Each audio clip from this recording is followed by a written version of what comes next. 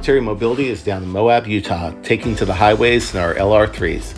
So sit back, relax, and enjoy the scenery as we check out the driving characteristics of both suspensions.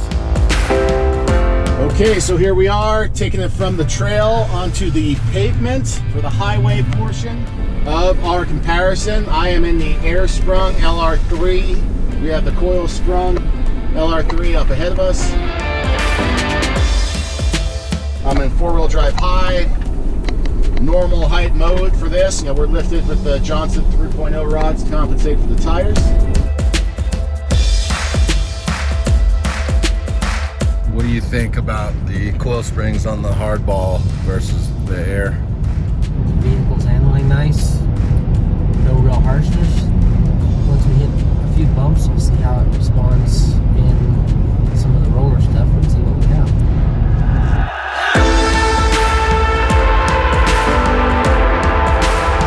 This is a really nice quality stretch here. We're going at 60 miles an hour. Whatever small imperfections there are in the highway, I'm not feeling it. This is a very plush ride in the air suspension. It makes it amazing that it can have this nice a ride quality on the road and perform so well off-road. I drove this thing all the way from Salt Lake and I was totally impressed. It's stable, it's predictable. I would not be opposed to taking this out on the highway for a road trip. Just make sure you have your wallet with you for plenty of gas. But, you know, hey, that's how it's going to go with any of these vehicles. They're not really made for big miles per gallon because you're going to get the performance off-road, especially in a full-time four-wheel drive system. So what capability are you taking away when you take away the air as far as, you know, high-speed highway driving? The only advantage to the air system on the highway is that it could roll itself, get a little bit better aerodynamics, keep less air flow in the vehicle, which would help the fuel economy.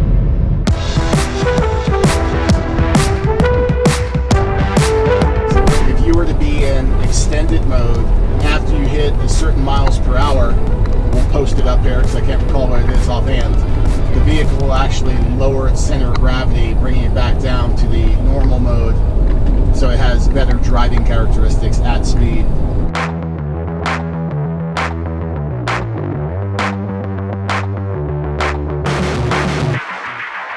In case you're curious, the speed limit for driving in super extended mode is 35 miles per hour before it lowers you down. Now these heights can all be adjusted with the gap programming tool, which has proven invaluable for us. So we're off one of the side roads off the Highway 191, going towards Canyonlands. Road quality's not as good, but I can't even feel the difference. The air suspension has such a nice plush ride, so smooth, so well compensated for. It really makes it just very comfortable highway driving. And as I think about it now, I'm thinking about the coil conversion as I'm looking up ahead. If your LR3 or 4 is in good working order and you just don't want the air suspension, you know, those parts are selling at a premium. If you want to sell your compressor and the reservoir, if the reservoir tank's in good condition, it's not rusted out, and a lot of you got to take a look at the top of the reservoir tank where you can't see it, because oftentimes that's where it's going to rust out and will fail. You could probably make a lot of money back on what the investment would be for the coil suspension. That'd be pretty cool.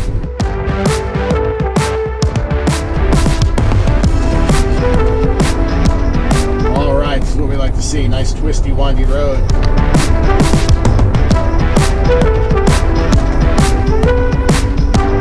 As we've been going through this, I have not seen the coil-sprung LR3 swaying or rolling excessively. We'll have to get Webb's input on that, and I'll be behind the wheel on the way back so we can match how we're feeling with the different rigs.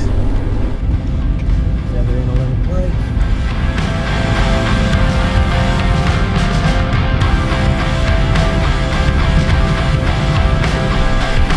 I am coming up on Webb a little bit, but again, I am from Jersey, so might explain for the speed.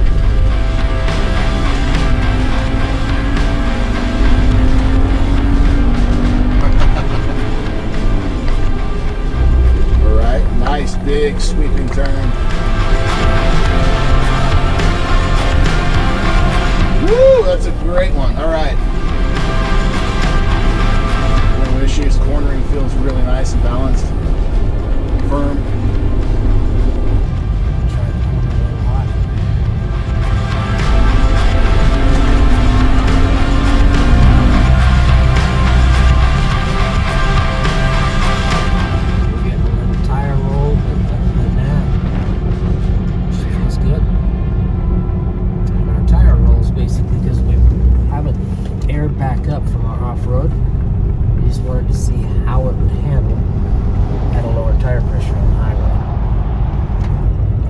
With short distances on the highway with 25, but realistically we normally run about a 35 psi in these 10-ply tires, just because if you go up to what the maximum is on it, it will beat you to death in almost any car.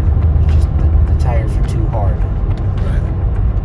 And I'm looking up ahead, I'm looking at the coil sprung suspension. It looks really, really smooth. Now we're still at 25 psi, which is especially for these Goodyear Duratrack tires, we found that to be a great compromise between highway drivability and trails.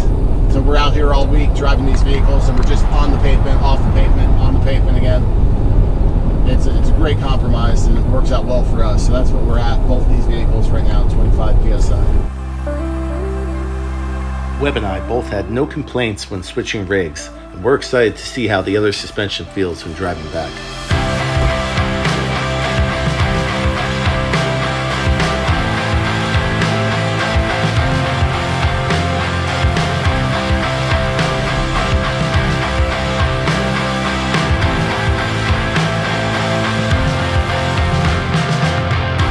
Amazing ride quality. You just feel like you've arrived being in this vehicle. It's just such a commanding view. You almost feel like you're sitting on a throne. I joke about it, but it's just, you can see everything. And one thing I really love is the ability to see over the hood for off-road driving, but it also makes me feel very, very comfortable as I'm on the road. And it's also nice with the 3 sunroofs and all the windows and the viewing circumference for the passengers as well, so they don't feel cramped in the back seat of anything.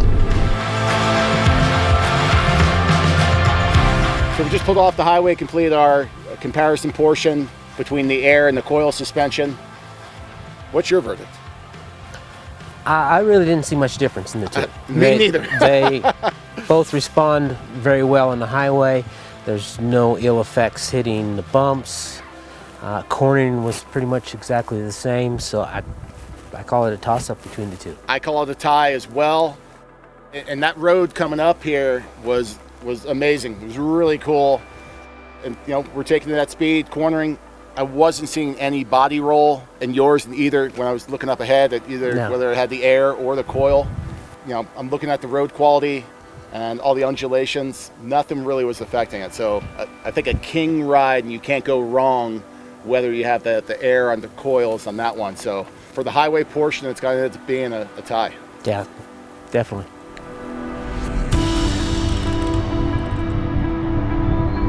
Afterwards, Webb and I discussed the highway drive further and feel that what makes the LR3 so solid feeling, whether we were driving the air or coil suspension, is that it has both a traditional body-on-frame and, drumroll please, a unibody as well. Did you know that?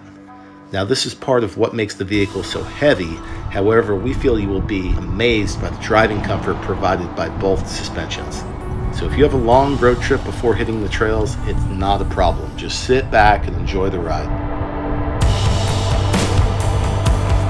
We took both these LR3s out on the highway. They both performed remarkably. There was no major vast differences. It came down to a tie with them. So we have our second tie of the series. Don't forget to let us know what you think down in the comments below. So we're sitting even at 3 apiece. Stay tuned for next week's episode as we hit the rocks. This is going to be our most impactful episode ever.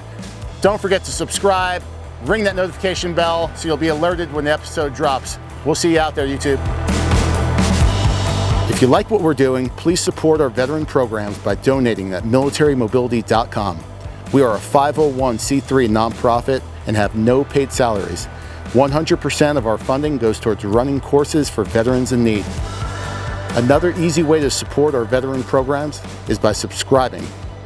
You can also choose us as your Amazon Smile beneficiary.